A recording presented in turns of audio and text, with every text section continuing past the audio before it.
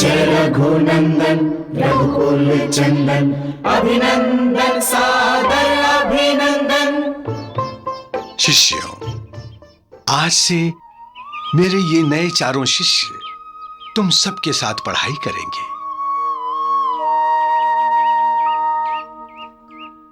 आओ राम, आओ शत्रुघ्न।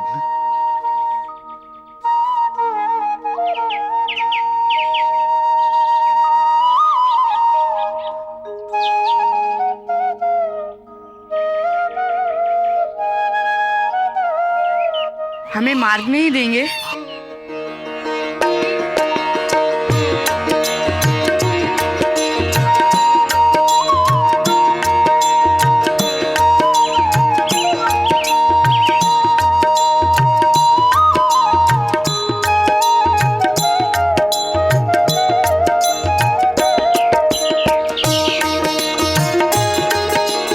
प्रणाम गुरु माता। प्रणाम। देवी, ये रघुकुल के राजपुत्र हैं, राम, लक्ष्मण, भरत और शत्रुघ्न।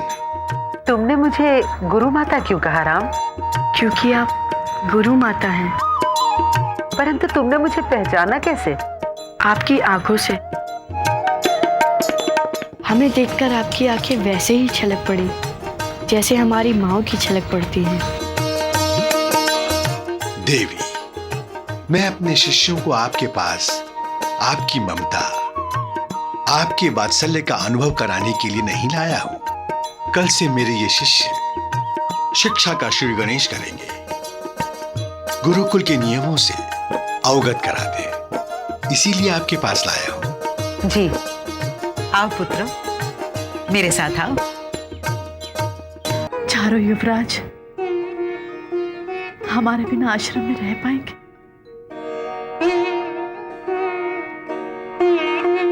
दीदी,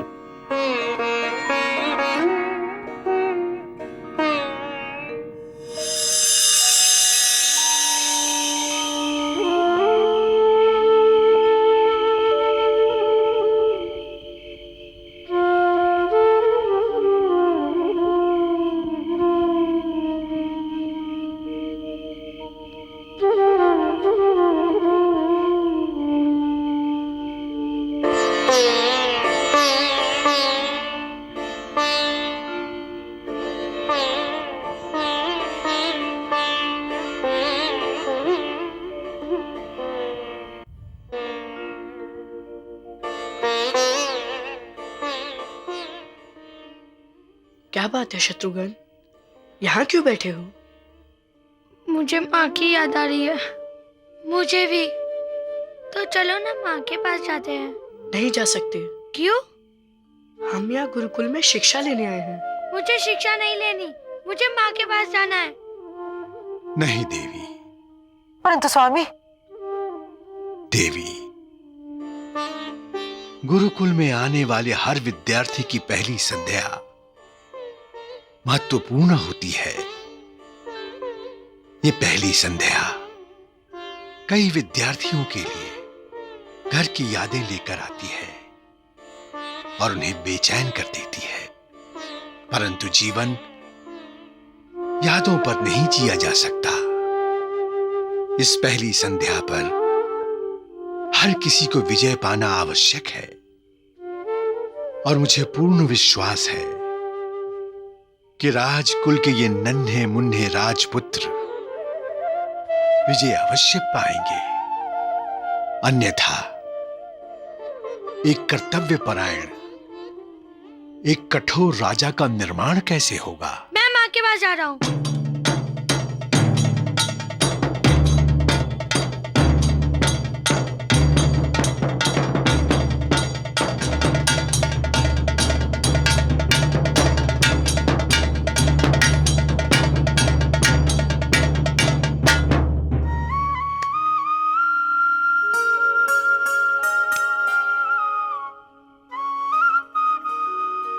शत्रुघ्न, गुरुदेव की आज्ञा के बगैर हम गुरुकुल छोड़कर नहीं जा सकते। फिर भी अगर गुरुदेव तुम्हें आज्ञा दे दें और तुम अयोध्या नगरी वापस लौट जाओ तो सोचो, हमारे पिताजी को और हमारी माँ को तुम्हारा वापस लौटना अच्छा लगेगा? याद है पिताजी ने क्या कहा था कि हमें गुरुकुल से एक आदर्श मनुष्य बन के वापस लौटना है, और यदि हम उससे पहले ही वापस लौट गए तो हो सकता है कि हमारी माएं और हमारे पिताजी हमें स्वीकार ही ना करें। माँ की याद तो आएगी ही, मुझे भी आ रही है, परंतु मैंने अपने आप को समझा लिया है कि हम जिस लक्ष्य को पूरा करने आए हैं उसे पूरा करके ही जाएंगे। क्यों लक्ष्मण, मैं ठीक कह रहा हूं ना? शत्रुघ्न, क्यों तुम मेरे साथ हो?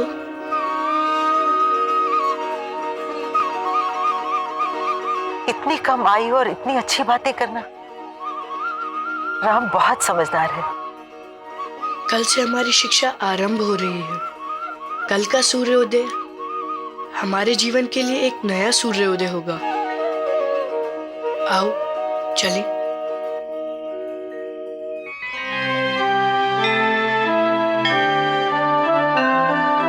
विद्या की देवी सरस्वती मातः, विद्याकांक्षी नमन करे तब प्रातः। या कुन्देन्दु तुषार हार धवला, या शुभ्र वस्त्रावृता, या वीणा वरदण्ड मण्डितकरा, या श्वेत पद्मासना, या ब्रह्माच्युत शङ्कर प्रभृतिभिः देवैः सदा वन्दिता। सा मां पातु सरस्वती भगवती, निःशेष जाड्यापहा, निःशेष जाड्यापहा। देश के योग्य बनाते हैं। संस्कारों के प्रयोग से विश्व भी अमृत बन जाता है। संस्कार? संस्कार क्या है गुरुदेव? माता पिता का आदर करना, गुरु का आदर करना, उनका सम्मान करना, उनकी हर आज्ञा का पालन करना, बेसहारों को सहारा देना और अत्याचार का दमन करना, ये संस्कार है। और शिक्षा ग्रहण करना ये भी एक संस्कार है। शिक्षा के 7 पद हैं। कौन कौन से गुरुदेव? गुरुजनों की सेवा करना, गुरुजनों के मुख से निकले हुए प्रत्येक वाक्य को सुनना, सुने हुए ज्ञान को ग्रहण करना, ग्रहण किए हुए ज्ञान का चिंतन करना, मनन करना और तर्क वितर्क से अर्थ ज्ञान तक पहुंचना और तत्व ज्ञान को पाना। जो इन 7 सीढ़ियों को पार कर लेता है वो ज्ञानियों में श्रेष्ठ हो जाता है। सीता सच में हमारे परिवार के लिए बहुत शुभ है ब्रह्म ऋषि। वो हमारे जीवन में क्या आई, हमारा जीवन हरा भरा हो गया। आप तप करने गए हुए थे, इस बीच हमें ये उर्मिला हुई। मेरे छोटे भाई कुशध्वज को श्रुतकीर्ति और मांडवी हुई। परंतु सीता कहाँ है? सीता शिवधनुष के कक्ष में होगी महर्षि।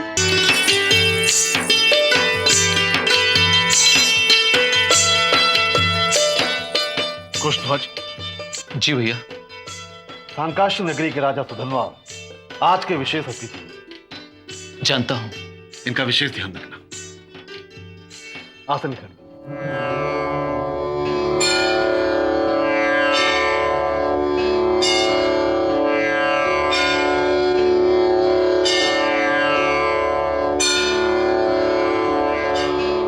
आइए राजा सुधनवा, आप भी शिव धनुष की पूजा कीजिए।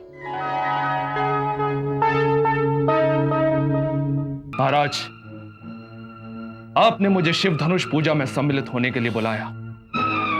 मैंने आपका मान रखा, मैं आया, किंतु मेरा उद्देश्य पूजा में सम्मिलित होने का नहीं था। मैं तो इस शिव धनुष को अपनी नगरी में ले जाने के लिए यहां आया हूं। पिछले 5 वर्षों से आपकी मिथिला नगरी को छोड़कर बाकी नगरों में अकाल जैसी स्थिति बनी हुई है। केवल आपकी नगरी ही सुजलाम सुफलाम रही है। मैंने अनुमान लगाया है, इसका एकमात्र कारण ये पवित्र शिव धनुष है। इस पवित्र शिव धनुष के कारण ही आपकी मिथिला नगरी समृद्ध है। अब मैं अपनी साकांक्ष नगरी को समृद्ध बनाने के लिए इसको वहां लेकर जाऊंगा। क्या आप ये शिव धनुष ले जा पाएंगे? महर्षि, क्या आपको मेरी क्षमता पर कोई संदेह है?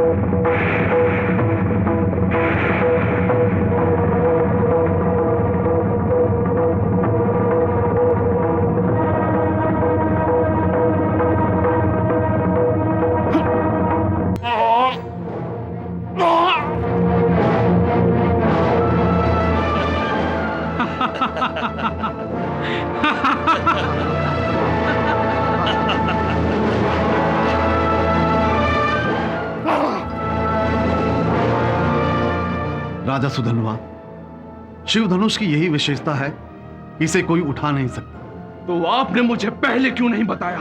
हम तो आपको पहले ही संकेत कर रहे थे। ब्रह्म ऋषि ने भी आपको कहना चाहा, परंतु आप संकेत समझ नहीं पाए। मैं समझ नहीं पाया या आपने मुझे समझाने की चेष्टा नहीं की? महाराज जनक, आपने मेरा अपमान किया है, उपहास उड़ाया है आपने मेरा।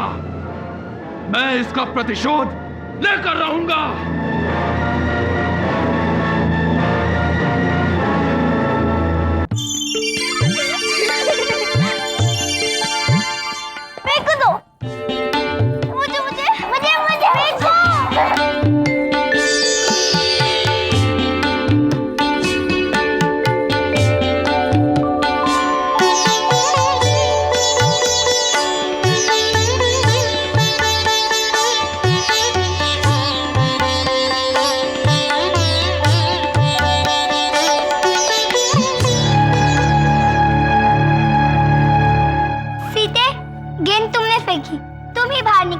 हाँ, मैं निकालती हूँ।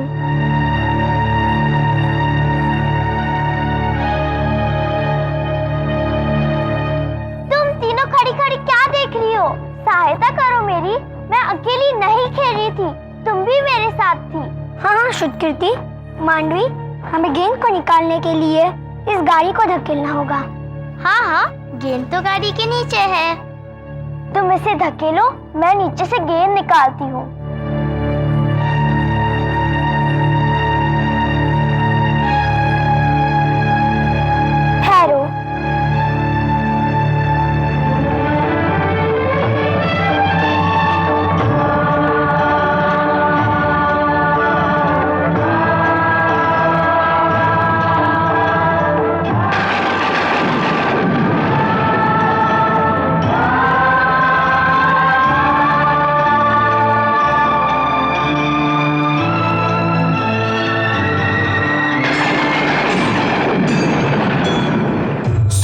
शिव धनुष जान के माए, खेल खेल में लीन उठाए। देख क्या रही हो? गाड़ी को धकेलो। जाहि सुधनवा पर्वत जाना, सीता को सोई सुमन समाना। पिताजी, क्या हुआ? आप सब इतने चकित क्यों है? हम गेंद से खेल रहे थे, खेले?